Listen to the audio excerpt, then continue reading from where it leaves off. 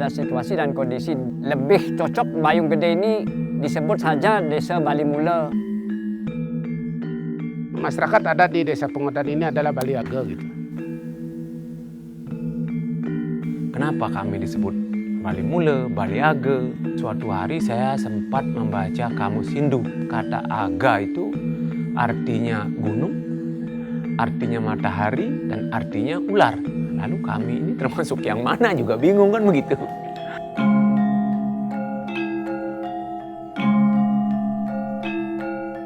Ada penjelasan beberapa teman yang mereka dari jurusan-jurusan sejarah. Nah itu katanya mengacu kepada tulisan Livring. Itu yang membagi Bali itu menjadi dua. Ada Bali pegunungan, ada Bali dataran. Yang Bali dataran namanya Bali Apanahe. Yang Bali pegunungan Bali Ahe. Nah ini saya hubungkan lagi dengan sejarah Bali tulisan Gora Sirika. Peradaban Bali itu diawali oleh Empu Markandia dengan pengikutnya yang berasal dari Desa Aga, sebuah desa di kaki Gunung Raung di Jawa Timur, yang penduduknya adalah penduduk Jawa berdarah India.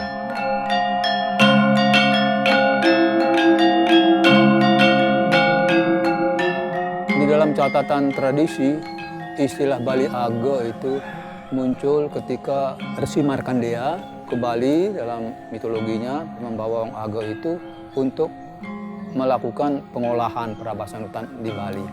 Awal mereka pengikutnya itu datang membangun pura di Taro, di desa Taro itu. Dari situ nanti orang-orang Bali Age juga menyebar ke daerah-daerah lainnya. Kalau memang benar orang-orang di sini sudah ada lebih dulu, sebelum Eksodus Empu Markandia ini, Bali Mula itu Bali asli memang orang Bali, sedangkan Bali Age ini orang yang datang sebagai pengikutnya Empu Markandia. Bercampurlah mereka, sama-sama menjadi orang kuno, zaman tua. Bali Mula sepertinya dia, Bali Age seperti dia. Saya kira tidak terlalu jauh perbedaan arti kata Age dan Mula itu. Bali Age yang merasa juga orang Bali Mula. Bali Mula disebut juga Bali Age gitu. Istilah seperti itu. Ya.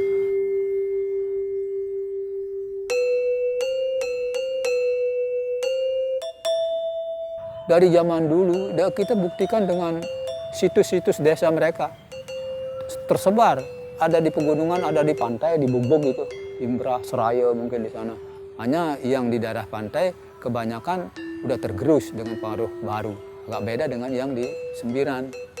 Ya, Sembiran itu memang dikenal juga dalam prasasti desa tua. Tapi secara fisik, untuk struktur perumahan sudah semaunya. Sehingga tidak bisa lagi diingat sebagai desa tua gitu ya. Kecuali keyakinannya dengan dewa ini dengan itu, nah masih. Tapi fisik udah hilang. Yang masih agak utuh adalah di pegunungan seperti Songan, di Pengotan, di Bayung Gede.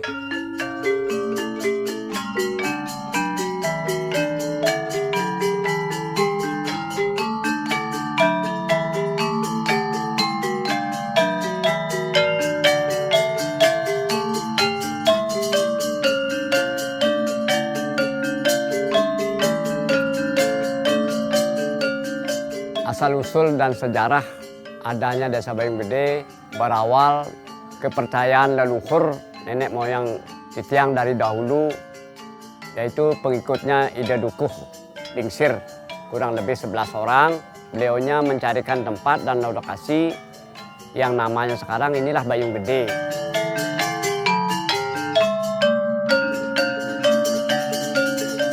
Di mana-mana di Bali Age dan Bali Mula, dukuh ini selalu ada. Dan dukuh ini sangat disegani. Karena dukuh ini pada awalnya sebagai brahmana memberikan ajaran kepada wong Bali Mula yang ditinggalkan oleh Resi Markandeya. Sampai sekarang peninggalannya masih bisa kita lihat. Seperti di Bayung Gede. Sebelum ada upacara apa-apa di Bayung Gede, harus permisi ke Pura Dukuh, Ratu Dukuh Lingsir. Kalau tidak melaksanakan itu, maka seluruh pekerjaan dan upacara dianggap tidak selesai dan bahkan tidak sah. Awal peletakan pertama membuat pura itu adalah inilah namanya Balai Penetagan, Pelinggih Penetagan, tempat seluruh masyarakat untuk melakukan sembahyang. Bahwa tempat ini dianggap awal berdirinya pura. sampai sekarang setiap ada upacara harus sembahyangnya di sini dulu dari awal, baru dilakukan sembah bakti di pura-pura yang lain.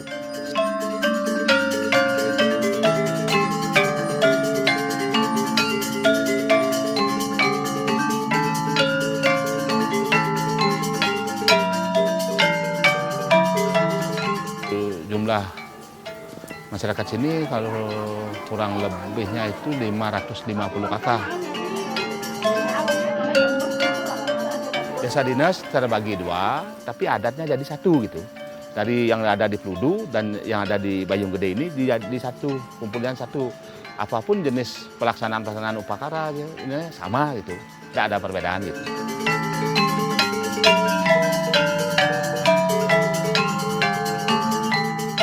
Desa Maharep itu ada jumlahnya 163 kakak. Yang termasuk Desa Maharep itu mendapatkan istilahnya kalau di sini catu atau istilahnya dapat labu pura itu, tanah, sejutak tanah. Anggap itu 1 hektaran lah, merata itu. Ya selama itu udah sejumlah orang itu dia mengikuti jadi luluapannya itu. Tidak semua Banjar yang ada di sini ikut luluapan itu enggak. Tapi yang ikut luluapan itu jumlah yang termasuk Desa Maharep.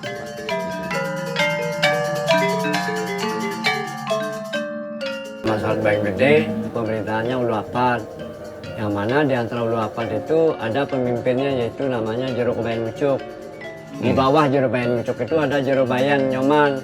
Di bawah Jero Bayan Nyoman ada Jero Bau Mucuk, Jero Bau Nyoman. Dan ada juga Jero Pati, Jero Singukan. Di bawahnya itu ada lagi namanya perancang, yaitu namanya Jero Guru. Sehingga ke-16 orang itulah namanya Saing 16.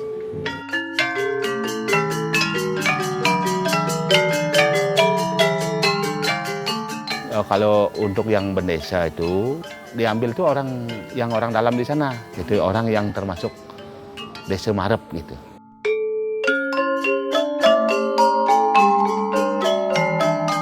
Kalau menurut keyakinan masyarakat Bayung Gede yang masih asli, setiap tempat suci yang ada di perumahan atau di rumah masyarakat masing-masing itu adalah 2, yang namanya Turus Lumbung. Turus Lumbung itu sebelah utara 1, sebelah timur 1. Yang namanya Turus Lumbung tidak boleh dari kayu yang lain-lain, harus kayu dadap. Dadap itulah namanya dadap sakti. Ada anak desanya seperti Penglipuran yang memang mereka itu adalah keturunan dari warga Bayung Gede, Desa Sekadadi, Desa Tiga Kawan, kebudayaannya sama. Kalau mereka melakukan upacara-upacara, selalu melakukan upi uning di Bayung Gede, termasuk di Penetegan. Setiap masyarakat Bayung Gede kalau melahirkan, hari-harinya itu tidak dikubur. Digantunglah di salah satu tempat, di lahannya kayu bukak.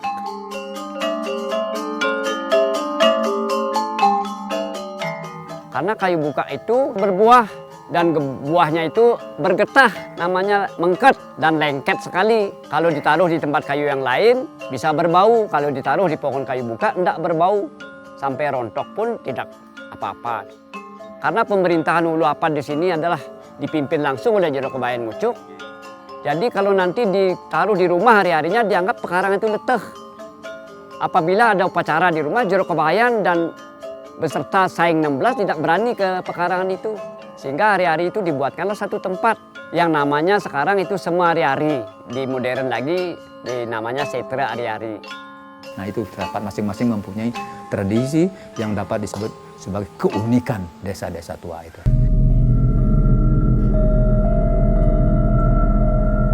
Di samping itu juga di sini ada uniknya bahwa di Bayung itu ada banyak pura yang mertiwi. Pengertian dari pura mertiwi itu memang ada di salah satu tempat, tapi tidak ada kelihatan pura, tapi tempat itu dipandang pura yang keramat.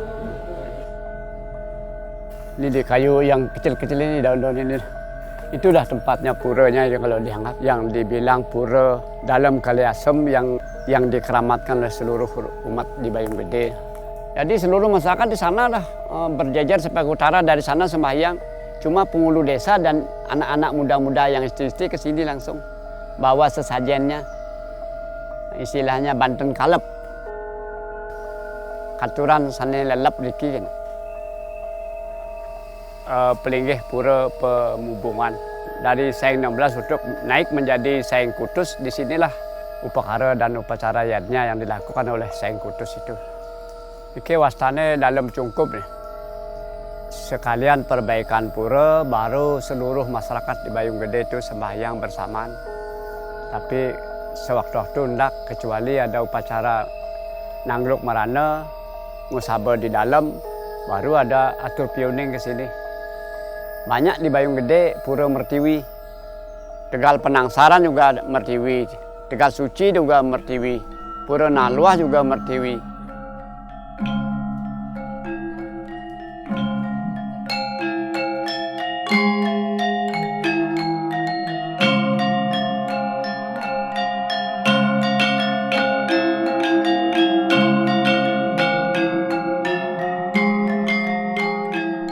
Kami meyakini bahwa apa yang diwariskan oleh leluhur kami berdasarkan situs-situs prasasti yang ada, nah itu merupakan desa yang memang sudah ada sebelum peradaban Majapahit ke Bali.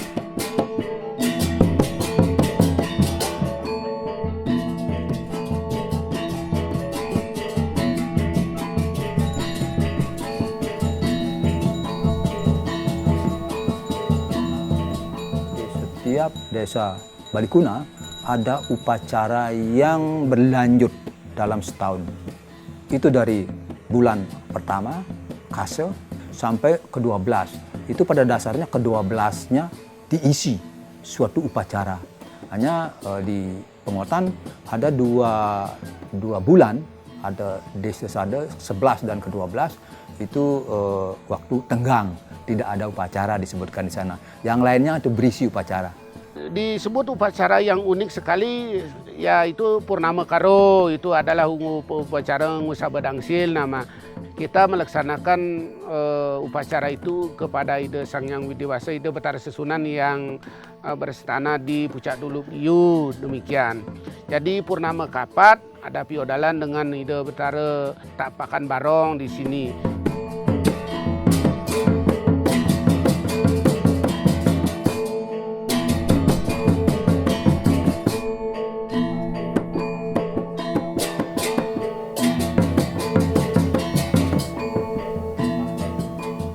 Barong itu kan binatang, barong bangkung, barong macan, itu kan binatang buas itu. Nah, itu yang ditakuti. Karena itu yang ditakuti merupa pengganggu itu harus dimuliakan, harus dipuja sehingga dia kasih, sehingga dia tidak galak, tidak mengganggu. Gitu filosofinya.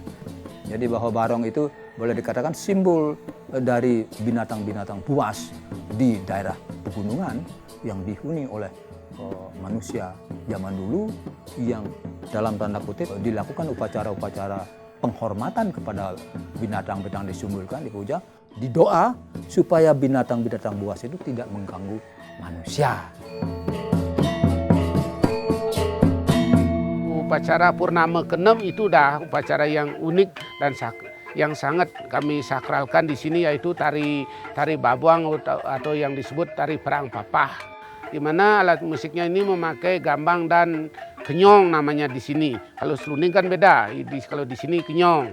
Nah, habis upacara ini besoknya sudah mulai nyepi adat di sini itu. Nyepi adat itu selama 11 hari.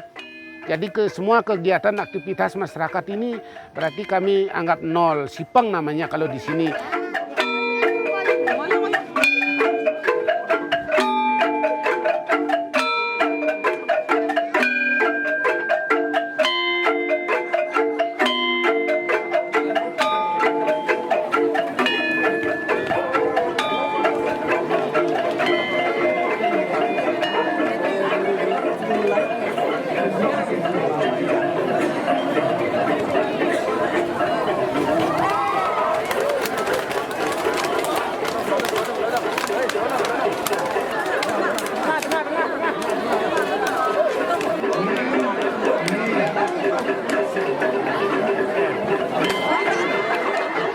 Ya, jadi kalau kawin massal di sini dalam 1 tahun itu ada ada 2 kali pelaksanaan, yaitu ya sasih kapat dan sasih kedase di sini gitu.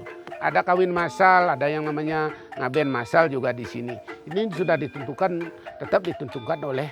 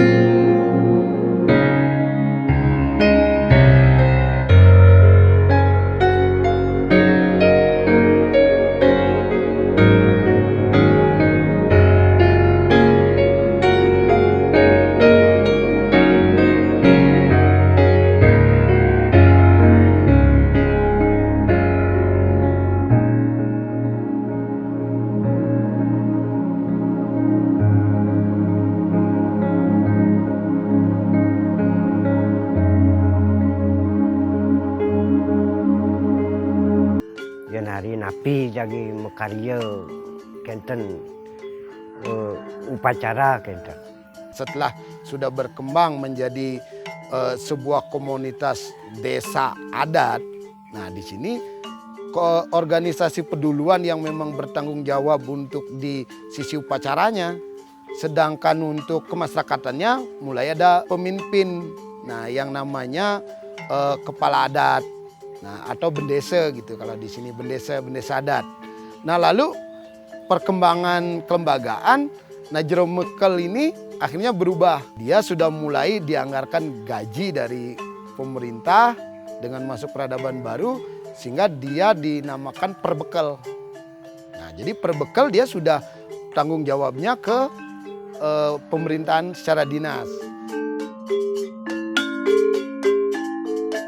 Kalau proses pemilihan, jadi kalau peduluan, dia prosesnya sudah otomatis karena ada daftar dari yang tertua sampai yang termuda, karena dia estafet. Nah, sedangkan kalau Perbekel sama kepala adat itu dipilih secara demokratis. Gitu. Tapi nanti setelah disahkan, dia akan diakui secara adat maupun secara dinas. Persoalan sekarang memang di desa-desa di Bali, sistem ulu apad itu di desa-desa tua banyak yang sudah terpengaruh, tergerus dengan sistem pemerintahan yang baru. Apalagi dengan sistem pemerintahan yang baru dalam Perda di Bali disebut Perda Desa Pakraman, maka sistem ulu apad tampaknya juga ada yang terpengaruh atau dipengaruhi, sehingga dia ada peluang untuk berubah.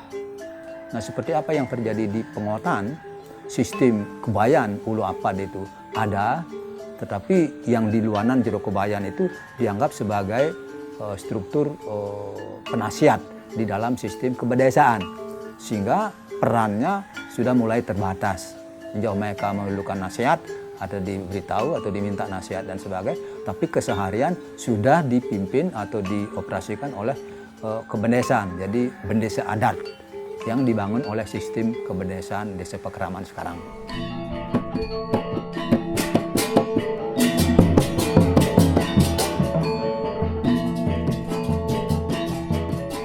Itu desa-desa tua dengan ciri-ciri seperti itu. Sistem masyarakatnya menggunakan sistem pemerintahan ulu apad. Jadi bentuk pola perumahannya disebut desa perumahan pola menetap, mirip begitu. Berjajar, dengan di sini ada jalan besar di tengah, itu masuk ke rumah-rumah itu ada lorong-lorong kecil gitu kan. Itu mirip seperti itu semuanya di situ. Jadi sistem perumahan gitu. Sistem rumah yang kita terima dari dulu yang disebut oleh tetua kita jajar wayang. Artinya dia berjejer kayak wayang gitu. Tetua kita itu sudah menyediakan masing-masing satu keluarga besar itu adalah meten, balai, sama tempat suci. Ini dimiliki oleh satu keluarga besar. Seperti yang dilihat ini hampir tidak ada orang sama sekali di pekarangan ini. Masyarakat itu dia lebih tenang, lebih simpel, dia tinggalnya di kebun-kebun. Dia bikin rumah di kebunnya masing-masing. Karena memang mayoritas di sini hampir 100% kalau kita bilang itu adalah orang petani. Sehingga disepakati satu keluarga itu siapa yang punya upacara boleh menggunakan. Karena nanti kalau saat misalnya upacara ngaben, dia baru datang ke desa, misalnya kawin, ada perkawinan anaknya misalnya itu, baru ngumpul di desa ini, di pemukiman di sini. Ada yang wajib memang tinggal di desa, posisinya sebagai jero dulu luan. Itulah yang wajib dia memang menginap di rumahnya gitu.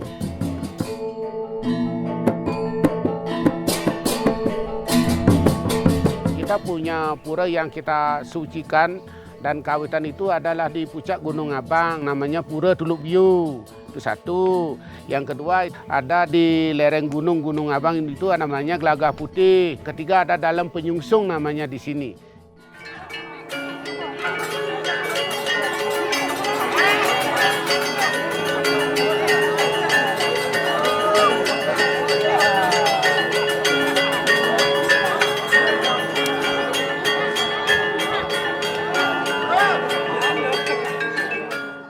Kata tenganan itu berasal dari kata tengen.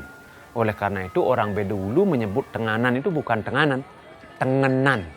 Tengen artinya kanan, itu artinya orang-orang tenganan itu adalah tangan kanannya raja, penengen istilahnya. Karena kami adalah tentara. Penyembah Indra itu kan tentara. Pegeringsingan ini berasal dari kata kain geringsing ini.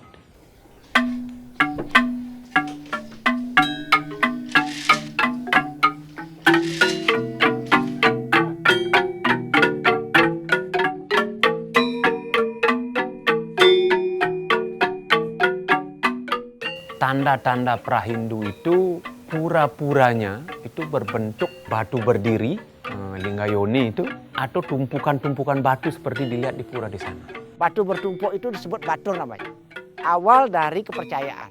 Bentuk peninggiannya namanya bebaturan. Jadi batu yang ditumpuk. Dalam bahasa arkeologinya mungkin disebut dengan menhir. Sebelum Majapahit datang ke Bali, itu sebenarnya kami sudah mempunyai pusah, balai agung, dan dalem. Tetapi perwujudannya, formaturnya inilah yang berbeda, Bapak. Kalau Trikayangan kita ini sebelum Majapahit itu berbentuk bebaturan. Bebaturan adalah artinya semua bentuk pura kami, baik pusah, balai agung, dan dalem, pura dibangun berdasarkan batu.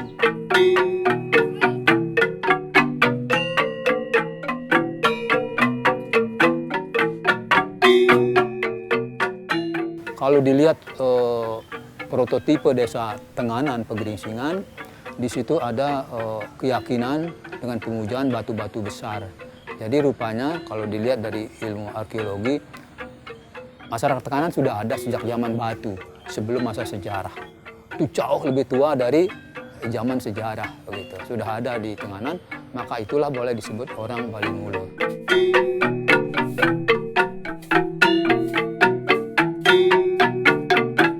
Desa Tenganan itu ada 3 desa adat, Tenganan Pegeringsingan, Tenganan Dauh Tukad, dan Gumung.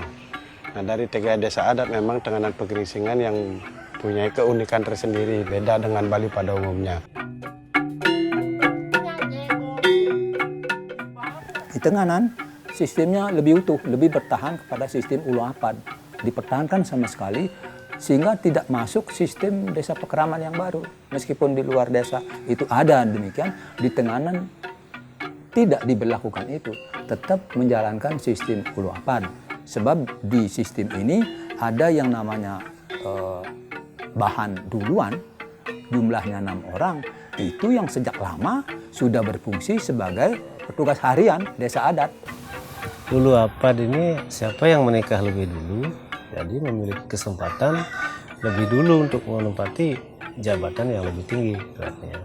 Dari sistem kelembagaan atau struktur lembaga yang ada, yang pertama ada disebut dengan luanan, yang itu anggotanya adalah pasangan suami istri berjumlah 5 pasang. Itu yang paling atas tingkatannya. Di bawahnya lagi ada yang disebut dengan bahan roras. Roras itu 12 artinya. Dari 12 itu dibagi menjadi 6 pasang suami istri yang pertama, disebut bahan duluan. Kemudian 6 pasang lagi yang di bawahnya disebut bahan tebenang. Nah, bahan duluan inilah yang memiliki tugas dan kewajiban sebagai pemimpin adat. Yang nomor 1 dan nomor 2 ada istilah khusus lagi yang disebut dengan tamping takon. Tamping takon, tamping itu artinya adalah menerima semua bentuk. Takon adalah pertanyaan, baik segala sesuatu yang menyangkut, baik upacara, baik sosial, baik adat, baik ritual, dan lain sebagainya. Kalau kami sudah memutuskan, itu sah apa yang mereka lakukan.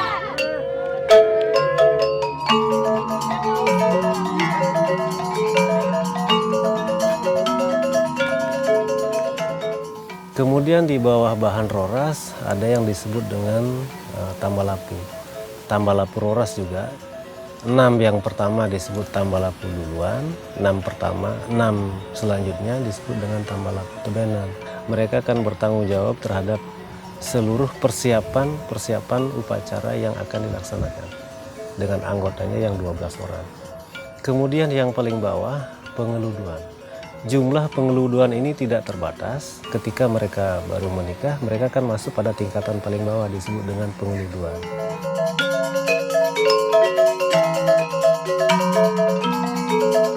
Kalau perbekal kami di Tenganan memang dipilih sama dengan yang di luar. Kami tetap melakukan pemilihan umum setiap 6 tahun sekali. Masalah kepemerintahan kami antara dinas atau perbekal dengan desa adat, sepanjang ini kami tidak ada masalah. Kalau di dinas, Pak Ketut itu adalah secara struktural memang di bawah saya.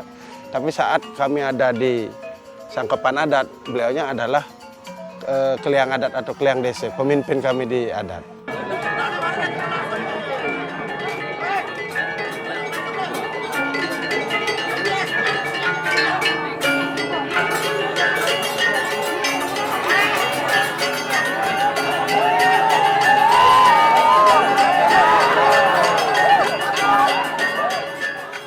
Perang Pandang itu dilaksanakan pada sasih kelima khusus kalender Tenganan Pegeringsingan. Ya, itu dilaksanakan setahun sekali. Upacara Perang Pandang adalah merupakan penghormatan terhadap Dewa Indra. Pada dasarnya adalah beberapa filosofi.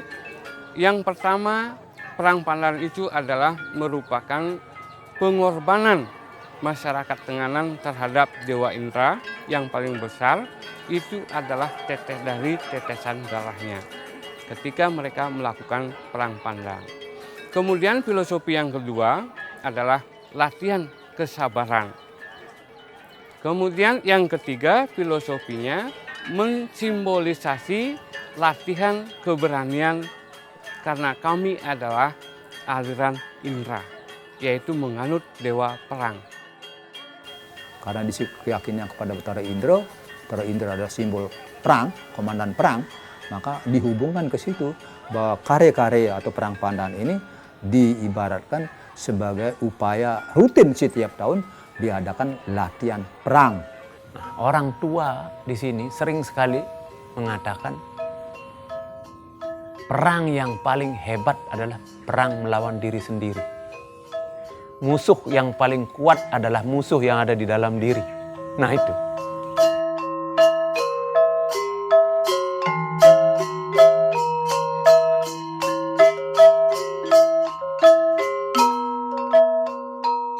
Kami juga mempunyai beberapa upacara pengucapan terima kasih kami kepada Tuhan Yang Maha Esa. Salah satunya adalah metegen-tegenan.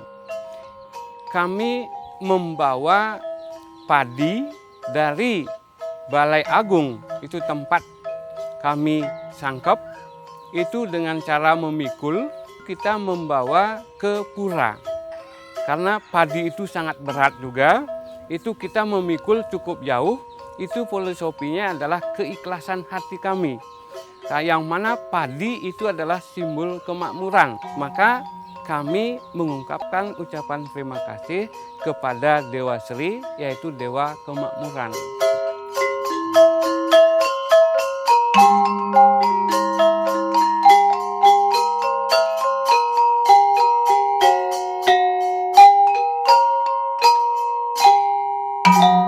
Upacara di Desa Adat Tenganan Pegeringsingan yang paling akhir itu adalah sasih sade.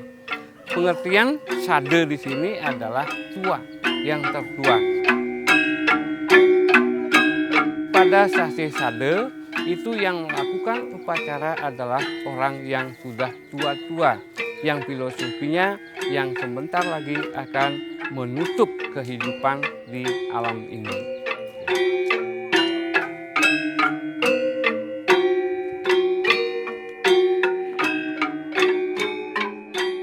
Kelahiran dan kematian itu tidak ditentukan.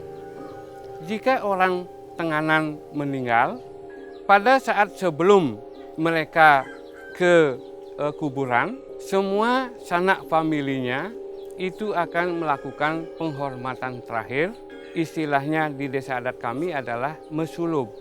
Kita akan berjalan di bawah orang meninggal tersebut. Itu yang mesulub itu adalah yang mempunyai hak waris masih dengan sang yang meninggal dunia, Pak.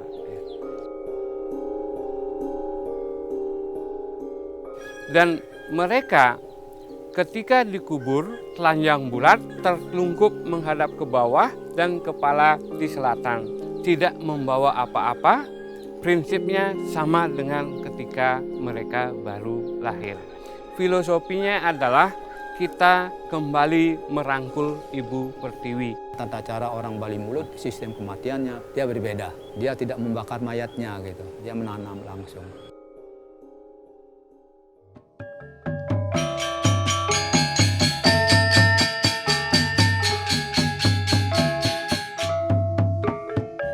Orang-orang Bali Aga, Bali Mulo, dia tidak menggunakan empu, tidak menggunakan pedang.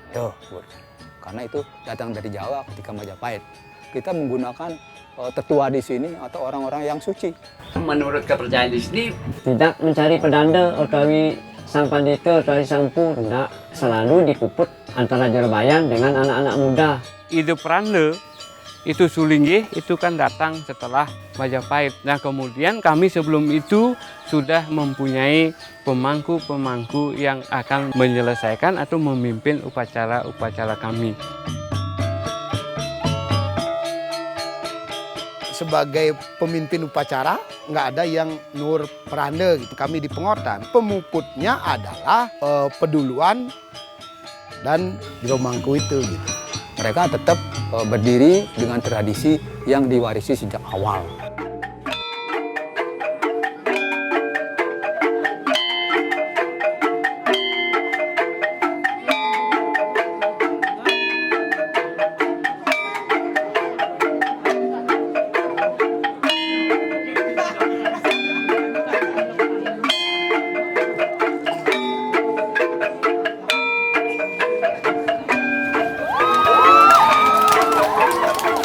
Eksistensi desa tua tetap cukup ada, cukup bisa dimengerti, dan memang perlu dipertahankan. Sebab di sana ada nilai-nilai keluhuran, kebijakan, kearifan yang tersembul dalam tradisi-tradisi mereka. Contoh di sini itu upacara yang dinamakan Nganyunang Loka. Nganyunang Loka itu artinya memutar bumi. Desa itu membuat sesajen kecil aja. Di bawah sesajen diisi segenggam tanah sebagai simbol bumi. Kemudian ditancapkan 3 lampu di atas sesajen sebagai simbol bulan, bintang, dan matahari. Lalu sesajen ini ditaruh di salah satu tempat duduk ayunan, lalu diputar. Dalam ayunan itu kan rangka-rangkanya tanda tambah. Tanda tambah ini lambang keseimbangan. Nah itu pesannya jaga keseimbangan alam ini agar hidup ini bisa berlanjut. Nah itu inti daripada upacara itu.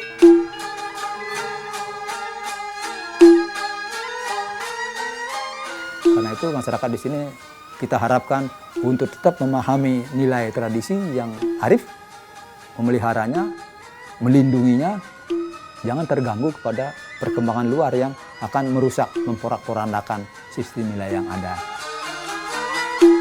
Sebab di situ kadang-kadang ada paradok ketika orang muncul menjadi modern, terdidik begitu, merasa, itu kuno, itu peninggalan lama, kita sudah modern sekarang, kenapa tidak boleh menikmati? Saya kan orang yang mampu, saya buat aja rumah modern, itu saya kan hak saya menikmati. Oke, Anda punya hak, tapi Anda harus hati-hati ketika menjalankan hak Anda akan merusak nilai Anda dan Anda tidak akan berharga di sini.